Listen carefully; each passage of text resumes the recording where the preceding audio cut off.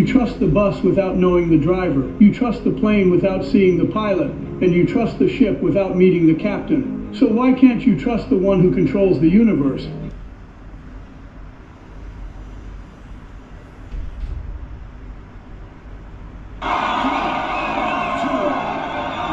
We're going to be here for a couple hours.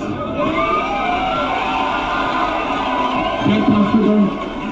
Bring the best libs that Utah has to offer.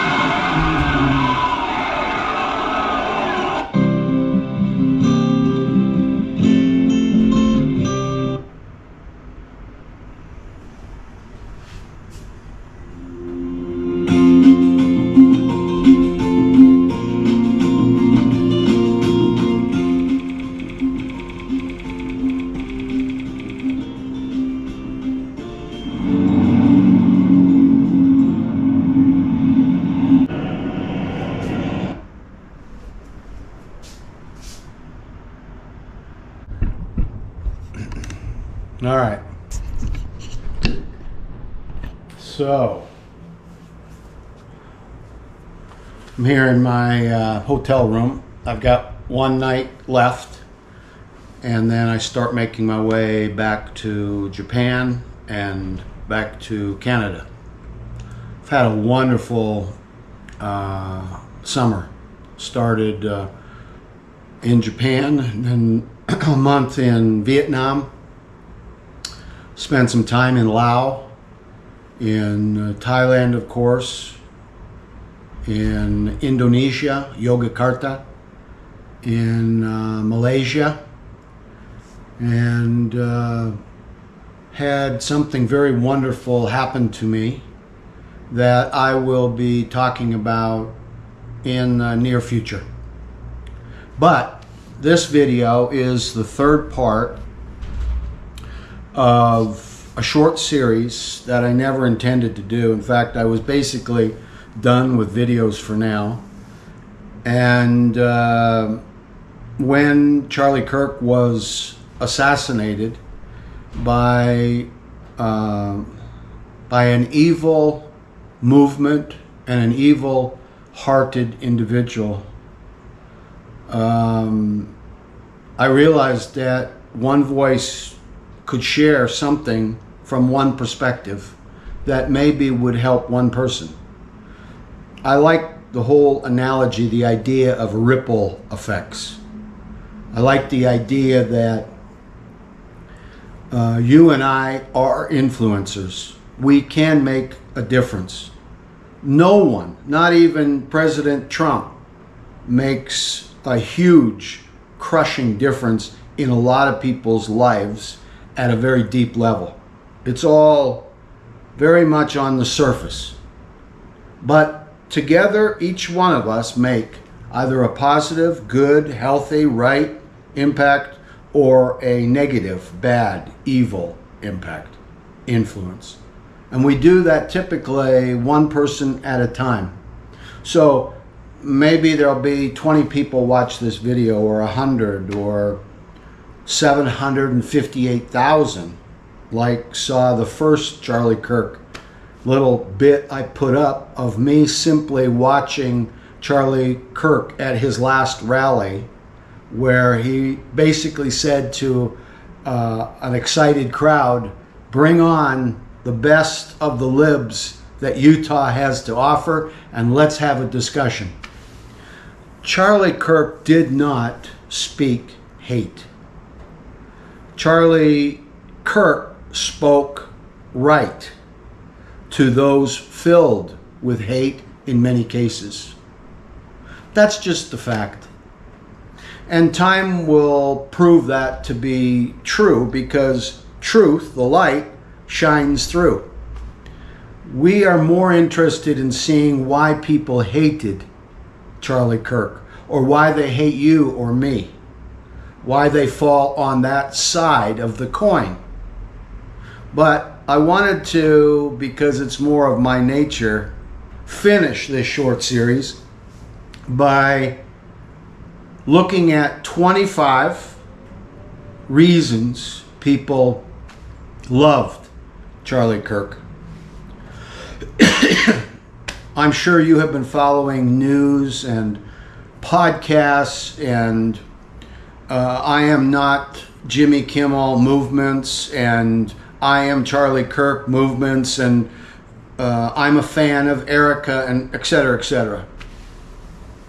It will take a special person to fill Charlie Kirk's shoes.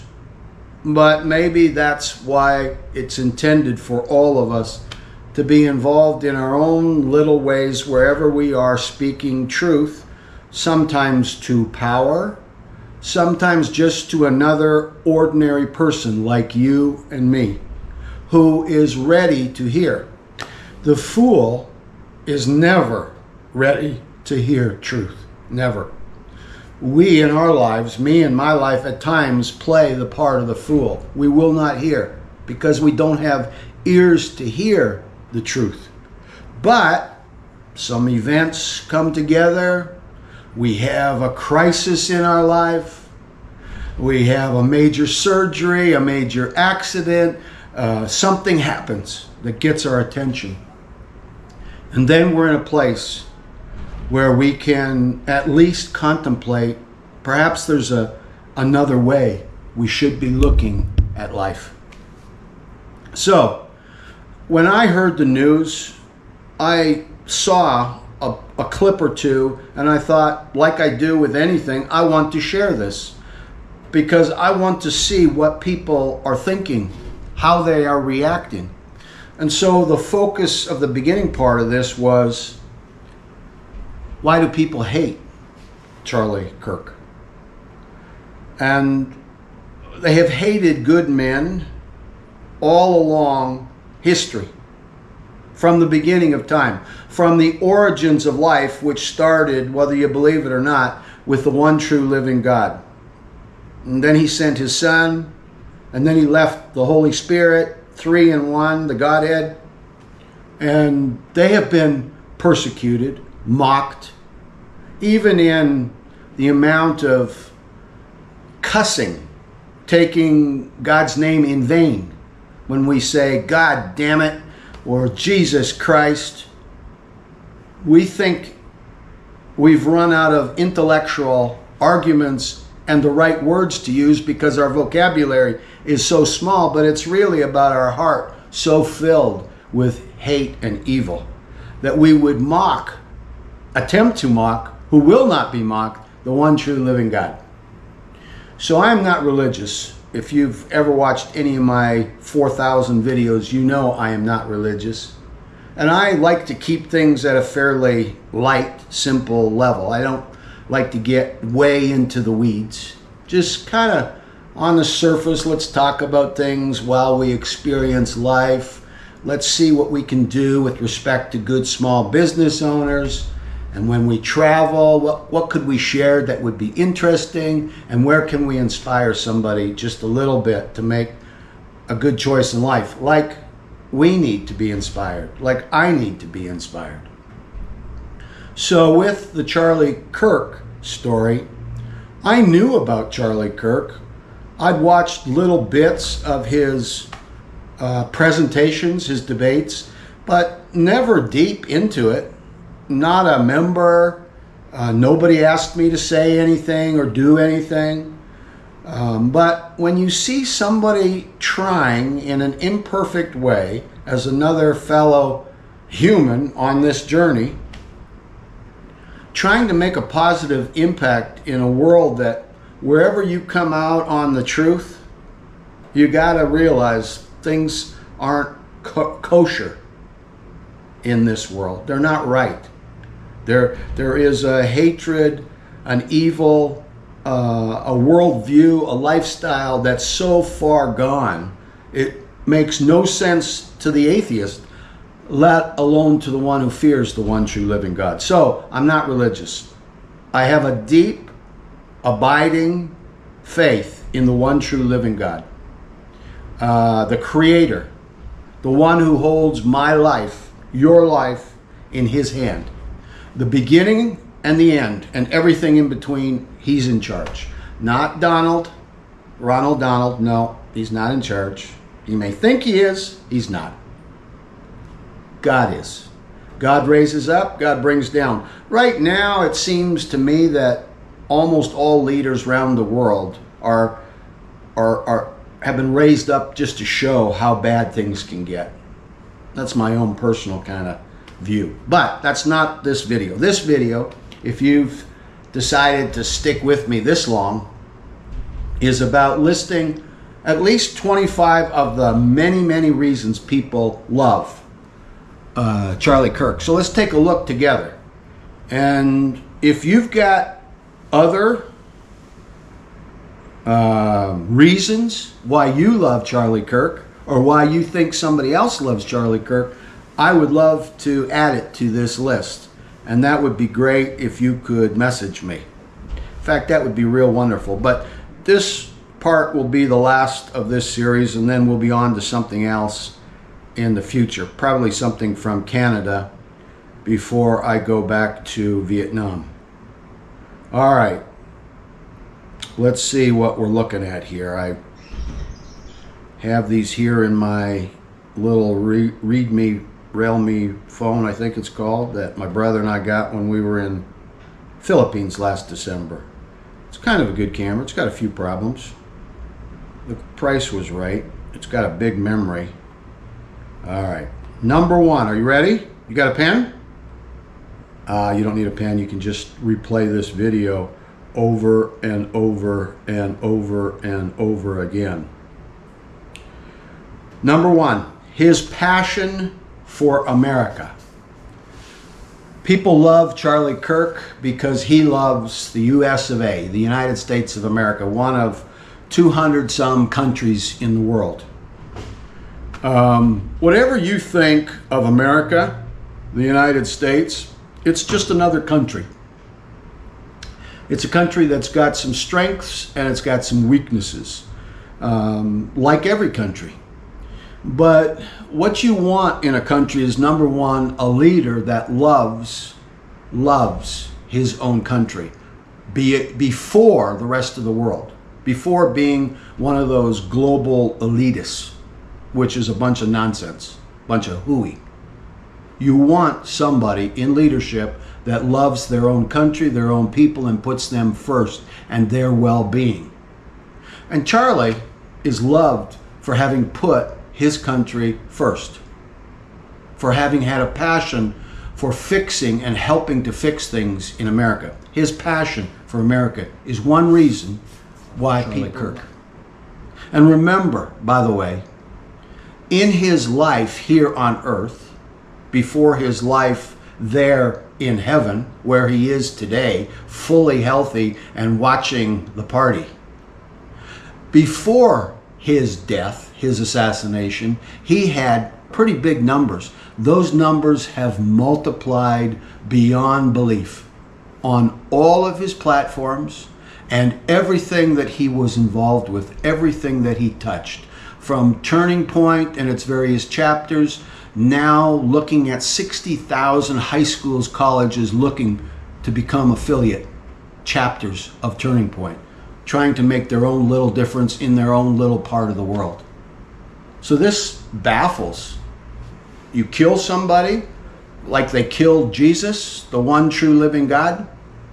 He rose from the dead 3 days later, the actual meaning of Easter, and a movement took off and has spread around the world over 2,000 plus years, regardless of how they tried to put the truth down. Evil, orchestrated by Satan and his demons, the devil, through willing, complicit human beings, a small minority perhaps, trying to do evil and squash truth in all of its forms. They tried to put Charlie and his movement down, and they couldn't. And here, 10 days after his assassination, the numbers are off the charts of the growth that's happening. Why did they love him? Because of his passion for America. Because, number two, he built Turning Point. He started it, I believe, when he was 18 years old, 2012 or something like that. An organization that would become an influential conservative youth movement. Something that would speak truth in love. Truth in love does not mean you shy away from the difficult things that need to be said, like male, female, period. Abortion, all its forms, evil. And we could go on, which we will here in this list of reasons people love Charlie Kirk. Number 3, he energized young voters. I'm Canadian. I'm not American. I've spent some time there, some good memories, some pretty bad memories. But that's beside the point. Charlie Kirk is loved for the way in which, number 3, he was able to mobilize and engage youthful voters, and why the movement happening right now, the election turned out the way that it did, is given in big part thanks to Charlie and the effort of his team, people on the ground, a grassroots movement built on trying to bring back truth, rightness to society. Number 4, Charlie's loved for his willingness to mentor future leaders. As he met people all over America on campuses, in some of the most illustrious circles, in some of the most ordinary, common, everyday places, he looked for and came alongside of young people that had the makings, characteristics of becoming leaders themselves, like he was. Number 5, he was loved because he promoted free markets. Don't you love freedom? I love freedom. Wherever I go in the world, the 118 countries I've been to, I've loved every time I have found people with good common sense. People that also like freedom and like an openness to do business and to do life. People love him for his emphasis on free markets. Small government, shrink it. It needs to be shrunk to next to nothing. Increase free markets, people's ability to choose and see where is there a market opportunity where we could create a small business, start something new to provide services, technologies, products for people in a cost-effective, value-added way. Number 6, Charlie was a masterful debater. Debating is not just arguing, although as a human, he sometimes got very emotional. And I witnessed that sometimes watching recently this week some of his videos where he really got emotionally charged up. But that happens to all of us, right? When we feel passionately strong about certain things, we push the envelope. And he did in a very thoughtful way. And when Charlie was not, as he said, up to speed or at the top of the knowledge chain about some topic, he would admit it and say, this is what I do believe, this is what I do know, there's much I don't about certain topics. Others he was well versed in. And he would approach the subject in a thoughtful, meaningful way after listening to who he was debating with in a careful, kind, thoughtful way. Kind of contrary to what we've heard. Number 7, he's loved for his Christian values, rooted in his deep faith, in his regard for human life, human dignity, not a heart filled with hate, but a heart filled with love. Someone who loves goes out of their way to try and help save somebody else who's lost, who's headed in a direction of eternal destruction. And that's what Charlie was doing. Many others like him will pick up the mantle now as a result. Many atheists, agnostics, disregarders of the true one and only faith have come back to the faith through seeing what the faith meant in Charlie's life, why it affected him. They see this, and it's opened their eyes, and they become willing listeners of truth. Number 8, he was loved for his charismatic personality. He was a guy that wanted to help people, I understand. He wanted to come alongside and open doors for people. He wanted to do what he could wherever he was with what he had every day, similar to some of how we choose to live to the best of our ability. Now, this is controversial, but number 9 is he's loved because he was loyal to Trump in the good times and the bad times. Whatever you think of Trump and his idiosyncrasies and his temporary moments of craziness, he loves his country, it seems, and he's doing some good, it seems, that has not been done in some time. But there is a lot of pantomime, a lot of theater, a lot of stuff going on that I'm not sure I fully understand, maybe won't understand, but this I do know. No one comes into power by the vote alone. The one true living God is the one who raises up, who allows all leaders to be in power. I believe this. You may have a different view. Number 10, he's loved for the way in which he was able to raise funds. And as we saw in the last video, often this was misinterpreted as a grifter, somebody who would exploit people. I don't know if he did or didn't, but clearly he was able to raise necessary funds to be able to run a very large organization growing on campuses where he had a schedule that was set well into the future of speaking, debating, presenting engagements. He's loved for the fact that he was well on his way to winning a generation back to the truth, back to the right, back to the good, not back to people's personal opinions or people's personal truth, but back to the truth. There is a truth. There is not your truth, my truth, her truth, his truth. There is a truth. And he was on a journey to bring as many, especially young people, back to that as he could. He was a voice for young men. Men, as you know, for half of my lifetime anyway, have been feminized. It's become stigmatized to be masculine, to be a real man. It's joked about on the sitcoms, on the movies, on the TV.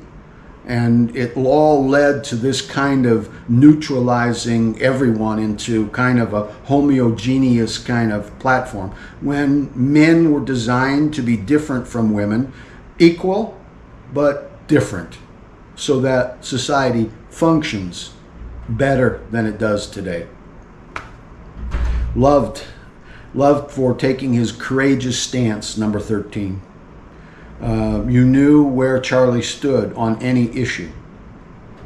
Not wishy-washy, not a politician playing to the crowds. And here the right is as guilty as the left, maybe more so. Often the right know better, and yet they're just as evil and will have to pay for it one day, I believe. We can debate that sometime. Number 14, he had a mastery of the social media. He was able to use the platforms of TikTok and Instagram and Facebook and YouTube, LinkedIn, all of the big platforms, all of these platforms that have a real bent way to the left, all were involved in censoring and are to this day. Often for even the things I've said about Charlie Kirk, I get a note back that this cannot be aired. This is being held. This violates our community standards. Really? Speaking about why people hate Charlie Kirk, speaking about the fact that Charlie Kirk strongly believed all abortions were murder, etc. Why? Why would these platforms, and yet, once again, the surprise of the wise, quote unquote, Charlie excelled. His numbers grew. The message got through, and it's growing now 10, 20, 30 times beyond what it did while he was breathing life here on this planet. 15, he was a free speech advocate.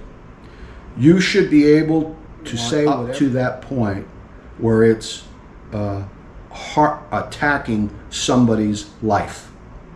That's where it ends. So it has boundaries. You cannot just say anything you want. You can't. I can't board an airplane on Monday and yell fire, or yell bomb. I will go to jail. So why would that not apply in other circumstances?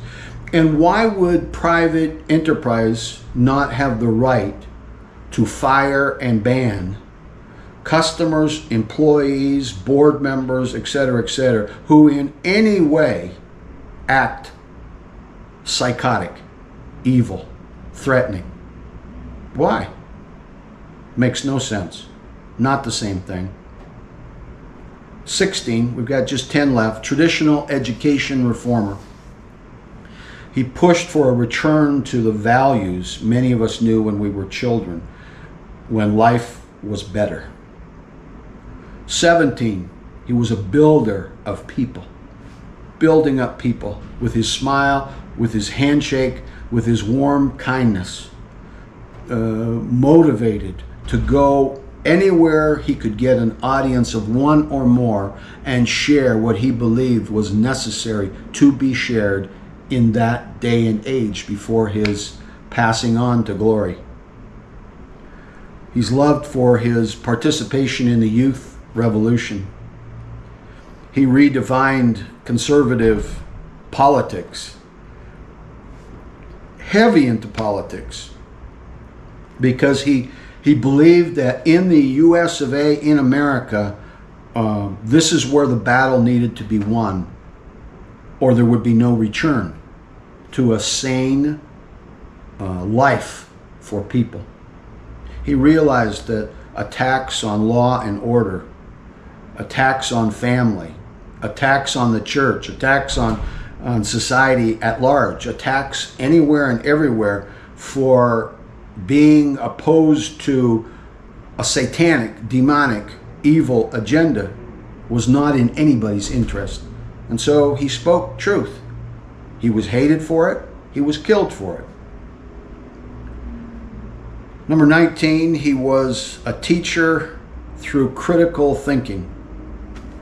He encouraged people to use facts more than just getting all emotionally charged in their pink hair and their nose ring and their tattoos and all of the rest, none of which I have anything against, but which speak to a type of character that often in this day and age wants to just say, I can do whatever I want without any consequences. And you can't, not in any society. Not in any society. We've already looked at this one. He was a respected debater. 20. 21, he was an articulate Christian. There was a logic, an intellectual logic, where he used his faith, taking the facts as they are known and understood, and adding faith to come to a conclusion of truth. He promoted abstinence. Abstinence in the sense that he encouraged the family, nuclear family, to return to the values of the past. It's a difficult one when so many families, so many of us have experienced brokenness. Never justified, never condoned, but definitely happening in our day and age, to us and to those around us. And he basically said to the young people, it doesn't have to be the way you've seen it. It can be better. It can be different. But there are some choices we have to make. Each one has to make for it to be different, for it to be better. The last three, he was kind in opposition. Even in debates, he was respectful. He gave opponents the opportunity to speak.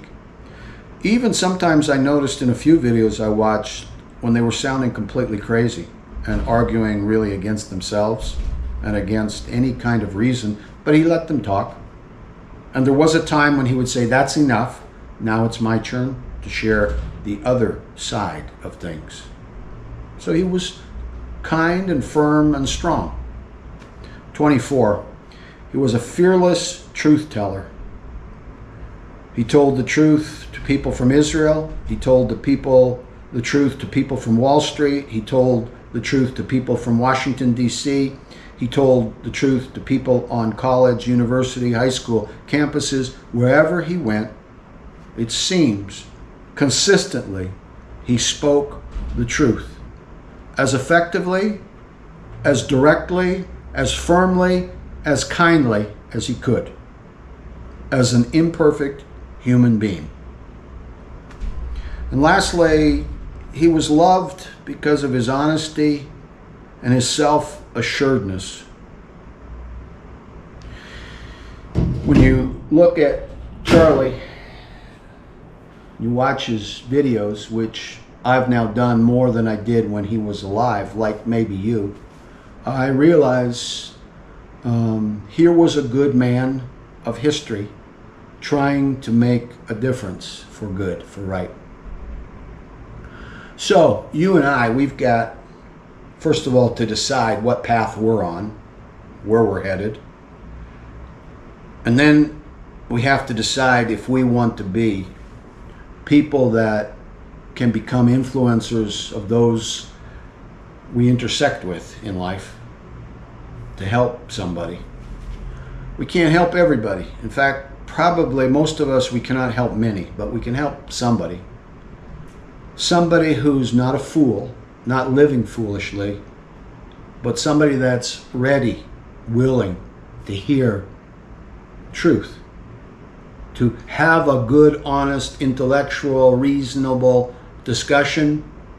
And if there's no good reason for not change, then changing life's direction. No matter how long any of us have been locked in a certain way of going, change can happen at a very profound level. And people like Charlie Kirk have been instrumental in helping open eyes, in helping bring message to open eyes at critical right times. So, why did you love Charlie Kirk? Thanks for watching. Somebody's watching now. Maybe this will cause you to go to Charlie Kirk's videos and watch something that will help you on your journey. Thanks for being a part of this summer's Asia series, and we look forward to doing something again real soon together. Peace.